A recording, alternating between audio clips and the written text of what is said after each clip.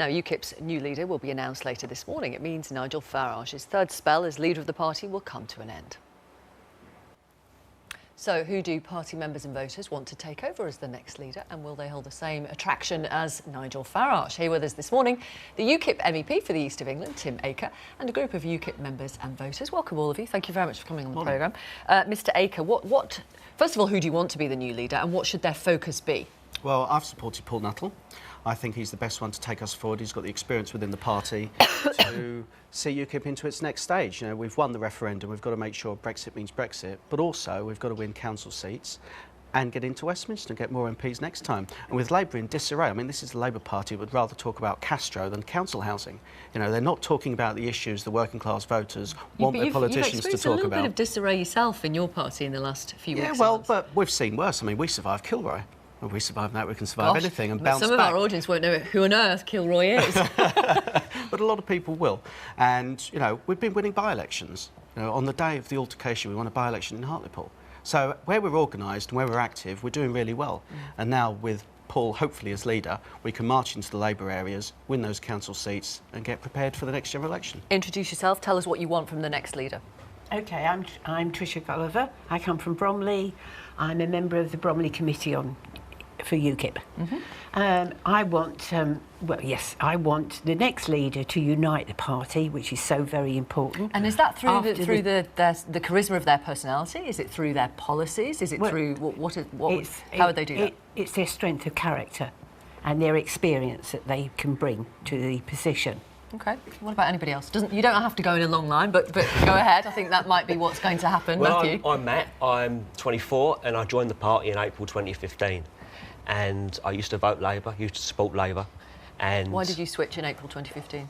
Because they were just not listening to working class people, people like me that were struggling to make a living. And UKIP were the only ones that were listening to us. I live in Thurrock, and we basically have had a Labour-run council there for a long time. Labour MPs, and now it's Conservative. And I'm now an activist with the party. So I'm not. What's the future for UKIP? What do you want them to? Well, I mean, I support Paul Nuttall. I have done from the offset, and I think the party's got a great future. And I've been knocking on doors since after May as well, when I stood, and been knocking on doors, and our support base has been returning to us. I've been speaking to people that voted for us, saying we're not going anywhere, we're not going to disappear. The party's got a strong future, and we just got to keep knocking on the doors and asking the important questions that people are asking. OK, and what is it that you say people are asking you when you knock on their door? It's just anything. What can we do? What can we do for you? We are public servants.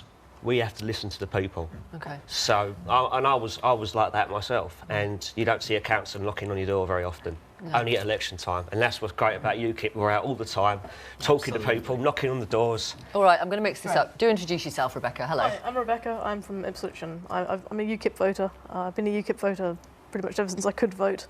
I've always supported the party, though I haven't been a member of it. My main issue has been, of course, the EU and getting out, and I'm incredibly happy with the results of the referendum.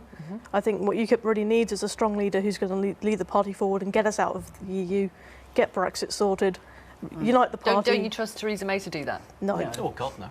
Why do you say that so emphatically?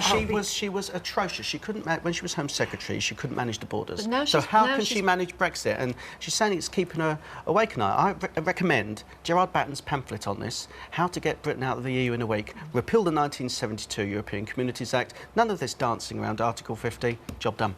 Exactly. What's she waiting for? If she's not Theresa May, she's Theresa Maybe. Does that not reflect the fact that when you're Prime Minister, actually, something like taking the UK out of the EU is slightly more complicated than you've just made it sound? No, it's complicated because they want to make it complicated. They want to draw this on, want to draw this out, and frankly, just get on with it. For what purpose?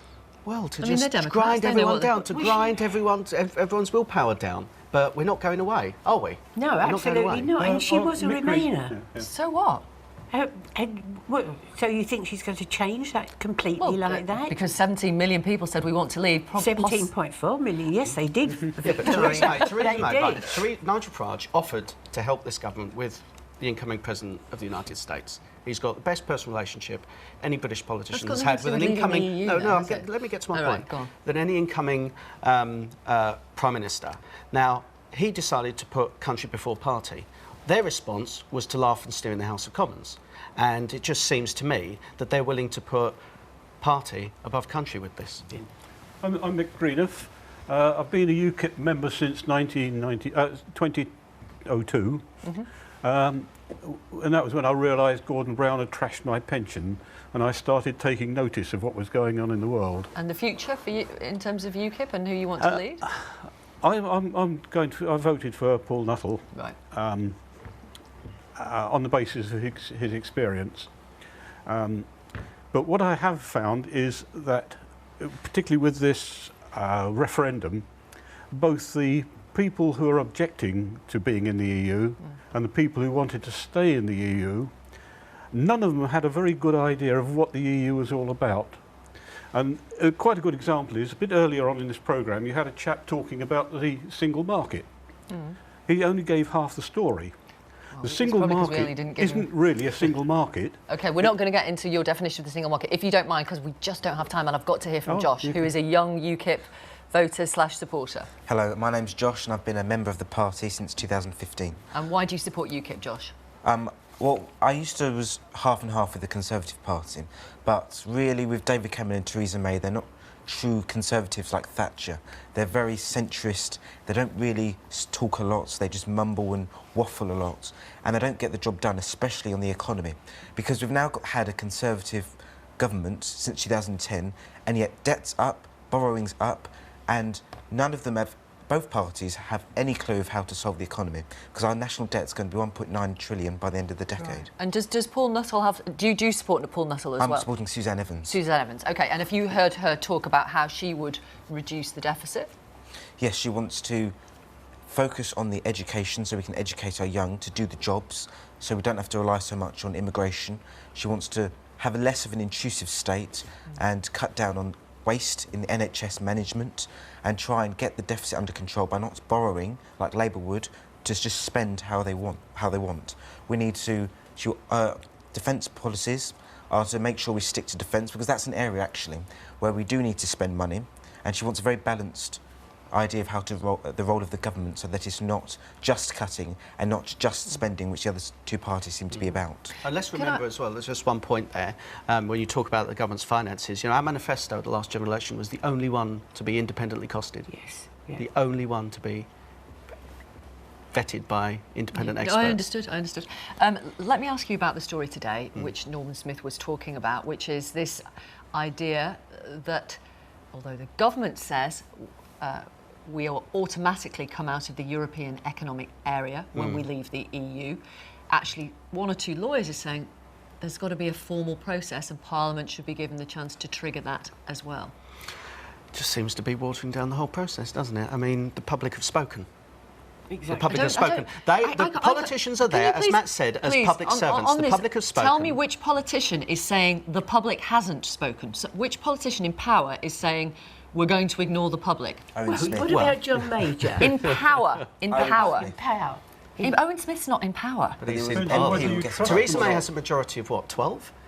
You know, there's enough hardcore Remainers in the Conservative benches to make this a very messy process. And this is what she they should just do. get on with it. Just get on with it. Yeah, Give us an early Christmas present, Theresa. You know, get up there this week and say, we're just going to go do it. I'm going to send Juncker the letter. We are going to formally start negotiations, or better still... Why does it make any difference whether it's December or March? Because get on with it. All of these people who are criticising it are talking about uncertainty and uncertainty. The longer she leaves it, the more, actually, they might have a point. And what they're edging for, isn't it? A second referendum. Clause 50 was put into the Lisbon Treaty not to allow people to leave, but to make it extremely difficult for people to leave without horrendous financial consequences. The simplest thing is to cut the Gordian knot and repeal the 72 Act. Okay. It was brought in by blatant lies by Ted Heath to Parliament and the country. Strictly speaking, it shouldn't be legal. OK. Thank you all very much. Thank you for coming on the programme. Thank you. Your views welcome. Let me